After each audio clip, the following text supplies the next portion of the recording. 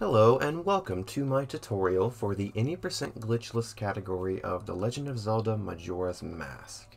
This is a category that focuses primarily on movement and base mechanics of the game, and bans the use of techniques such as stale reference manipulation and infinite sword glitch. The Majora's Mask community came together and decided upon a set of rules to abide by for the purposes of this category. The list of banned techniques can be found on the leaderboard, which I will link below in the description. This tutorial focuses on the Japanese Wii Virtual Console version of the game, which is currently the fastest version of the game for this category. The Wii Virtual Console release has the least amount of lag compared to the other consoles, and the Japanese version has a few version differences compared to the English version, which I will cover later on. This run can be done on the English version, however it is slower and more difficult, so I don't recommend it. Let's go ahead and get started, shall we? Jumping right into the action here, after the first cutscene, you'll be thrown off the horse by Skull Kid and finally gain control of Link. First thing of note is moving as Human Link. Human Link has 4 primary movement options: walking, rolling, backwalking, and side hopping. Rolling and backwalking are the 2 most used options, and they're useful in different circumstances. Backwalking is better for a long distance, whereas rolling is better for a short distance or if you have to turn. The rule of thumb is if you can get where you're going in 4 rolls or less, then you want to roll. But if it takes more than 4 rolls, then backwalking is what you want to do instead. Side hopping is really specific and is only useful in certain circumstances, such as side hopping up a slope. I'll go into more detail about side hops later when they're more relevant, but for now just keep in mind that rolling and backwalking are the 2 options you really want to focus on. A note about backwalking. Notice that when I turn around and want to start a backwalk, the camera takes a second to turn around. We can eliminate this with something called a quick turnaround. So if you target, release target, and then press down and target again in quick succession like this, you can eliminate that little camera lag as it spins around to snap behind Link. It's very, very useful. It can be kind of tricky to get down, especially when you're first starting to learn this game. But if you can get it down, it really does help a lot. It's like a half a second every time you want to start a backwalk. And that is very, very useful for not just this category, but any category of this game, really.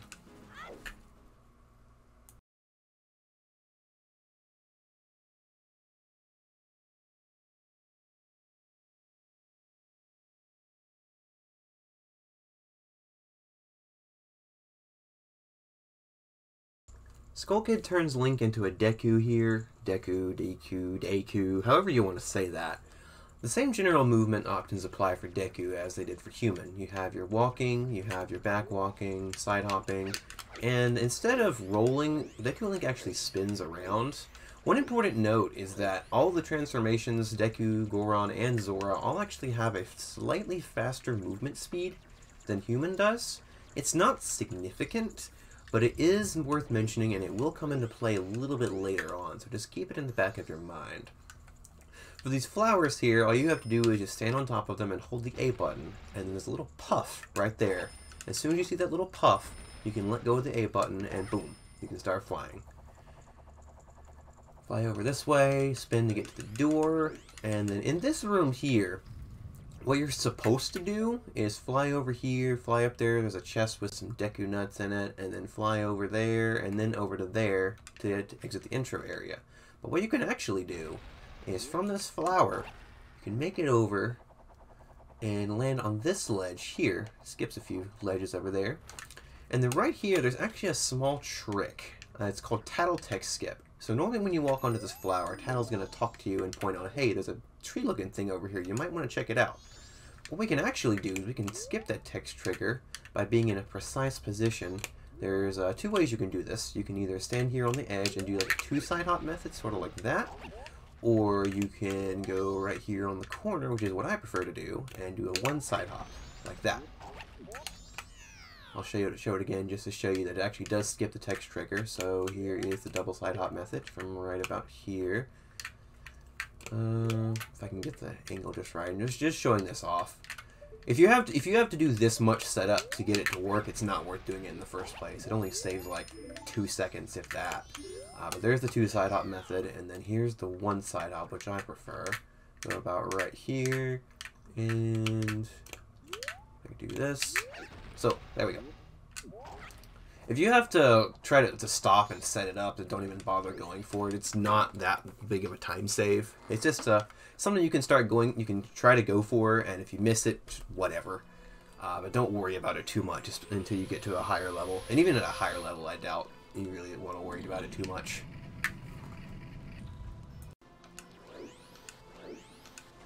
Let's go upstairs and talk to our friendly neighborhood happy mask salesman. You can do a backflip there, skip a little bit of movement, and hello there, my friend.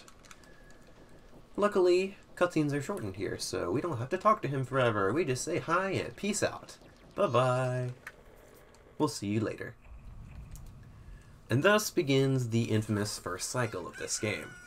First cycle refers to the first 3-day cycle where you're stuck as Deku and you really can't do much. You're pretty much limited to being inside the town.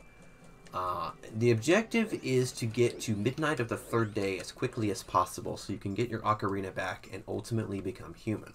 The fastest way to do that is, first of all, come over here to East Clocktown. We want to talk to Grandma. Grandma can read us a story, and that story will advance to the very next in-game day. The bottom door of the Clocktown Inn, of the Stockpot Inn rather, is locked until 8 o'clock. So we want to go over here to this flower and fly up to the top door, which is always unlocked. Dude, Link, where are you going? Back up. Whoa, that was weird. Never had that happen before. We go in here at the top door and slide hop down and go around the corner, and here's Grandma's room. Now, Grandma is special. Every text box up to this point has been what's called slow text. Grandma has quick text. So let me show you. Talk to Grandma. When you press the button, every character in the text box will appear immediately. That's when you know it's quick text. If I mash the A button, you can kind of see how every text box is like stopping at the very end of it. Now, here's something that quick text actually does. So if I press the B button first of all to get the text going, and then I mash the A button, you can see how it goes way, way faster. That's the power of quick text. The thing is with quick text, it's really weird because optimally text mashing quick text, you have to press the B button and then mash the A button afterward. It's very strange and awkward to get used to. The reason why we have to press B and then begin pressing A and not just mash B is because mashing B will actually delay the text box. If you mash B frame perfectly for a quick text box, it will actually delay the text box indefinitely. So what you want to do is press the B button one time and then mash the A button to get the quick text going as fast as possible. So, you go get, here are 2 stories from Grandma to get it to the last day, or last day in Japanese, it's called the final day in English, because reasons. Then you go over here to the trading post and talk to the Scarecrow. Scarecrow also has quick text. Most of the text from now on is going to be quick text, with a few exceptions. It's mostly the intro text and then a few text boxes with the Happy Mask Salesman that are the slow text. And with slow text, you can just mash A and B to get through it. You can also mash C up as well. C up also advances text, which is interesting. But now that we're at the night of the 3rd day, we've got a couple things on our agenda to do. First of all, we need to go get some magic from the Great Fairy. Magic is going to be indispensable for getting our ocarina back at the top of the clock tower. So we leave the trading post, leave West Clocktown, come back to East, and the stray fairy we need to get is this guy right here. So we use the same flower that we used earlier to get into the inn. Burrow in, fly over, grab him out of the air, and quick text mash. Alright, perfect. Grab a couple rupees here, I suppose. And what we need to do is we need to go back into the inn, because we need some money for a bomb bag. Bomb bag is 50 rupees, and we really don't have a good way to get that much money. The best way is to go in here, and on night of the 3rd day, this room is open, and it has a silver rupee, which gives us 99 rupees. So we go in here and grab this guy, and then we need to go to North Clocktown talk to the stray fairy so we can get our magic.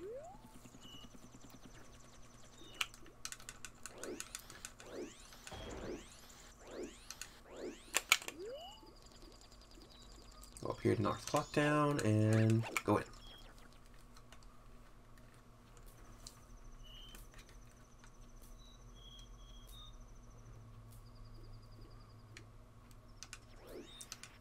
Make our way over to the fairy fountain.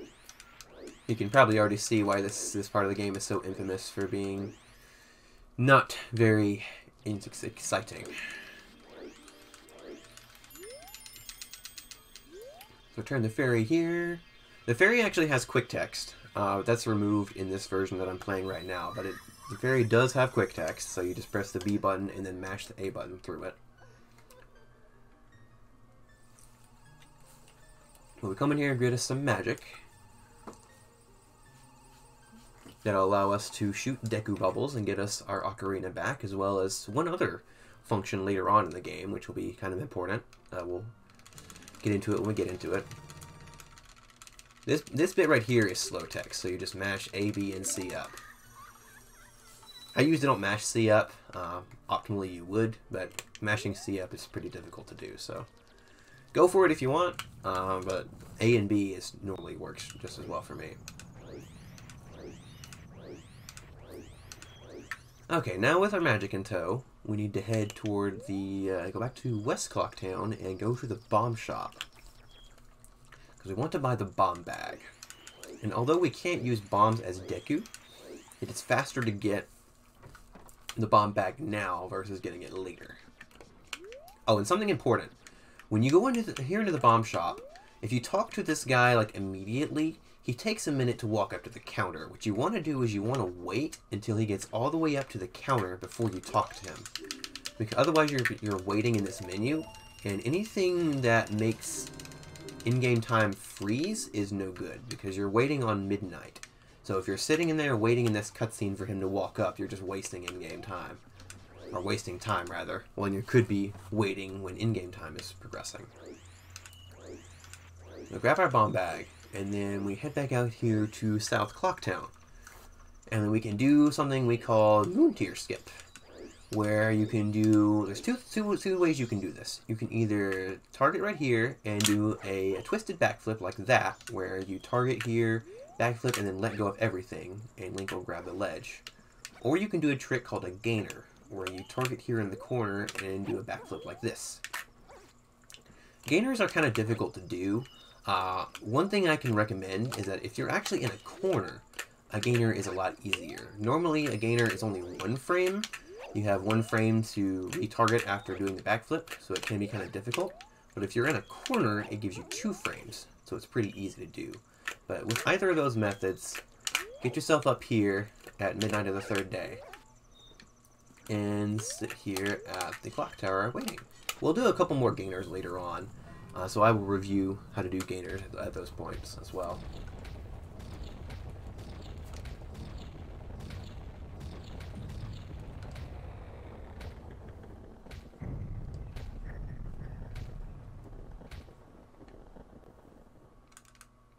And you want to mash the A button to get up here. That was a weird camera angle. Normally the camera is pointed toward the clock tower. That was weird.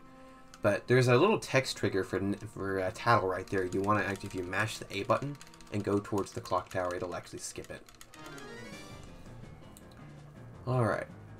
So now we target Skull Kid, shoot a bubble at him to get him to drop the ocarina. And grab our ocarina back. Perfect.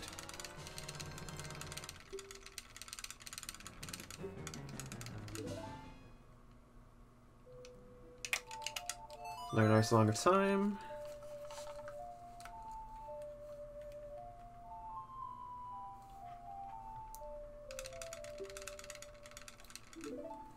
And now coming up ahead, you're going to want to get ready to press the reset button on your console, because there's actually a small time, not small, it's actually a pretty big time saver. It saves about 50 seconds.